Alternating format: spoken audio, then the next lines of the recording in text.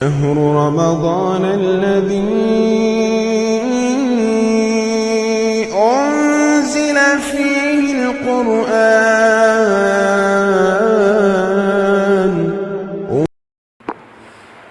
اللہ ذوالجلال کا یہ فیصلہ ہے کہ پورے سال کے اندر ایک ایسی رات جو راتوں کی طرح ہی ایک رات ہوتی ہے، لیکن اس ایک رات کی عبادت کو اللہ نے 83 سال 4 مہینوں کی عبادت سے افضل قرار دیا ہے۔ وہ لیلۃ القدر کی رات ہے جو رمضان المبارک میں آتی ہے اور آخری 10 دنوں میں آتی ہے، جس رات میں پورے سال کی تقدیریں بھی لکھی جاتی ہیں، وہ تقدیریں جو اللہ نے کائنات کو پیدا کرنے سے 50,000 سال پہلے لکھی تھی۔ اگلا جو سال گزرنے والا ہے اس کے متعلق جتنے فیصلے ہیں اللہ اس رات کو زمین پہ اتار دیتے ہیں۔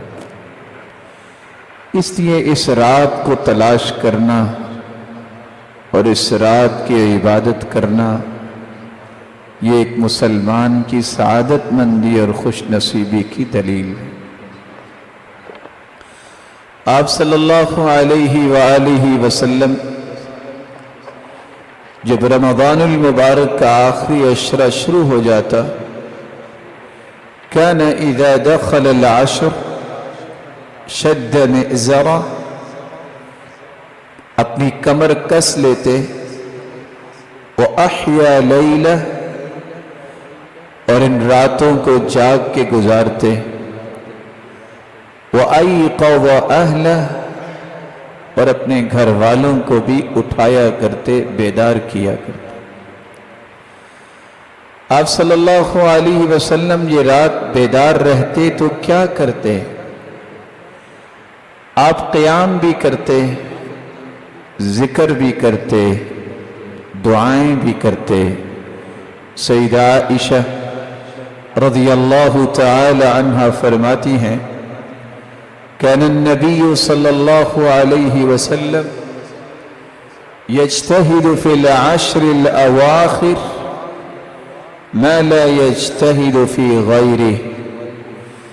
آپ رمضان المبارک کے آخری عشرے میں جتنی عبادت میں کوشش کرتے، سال کے کسی دنوں میں یا کسی راتوں میں اتنی عبادت نہ کرتے۔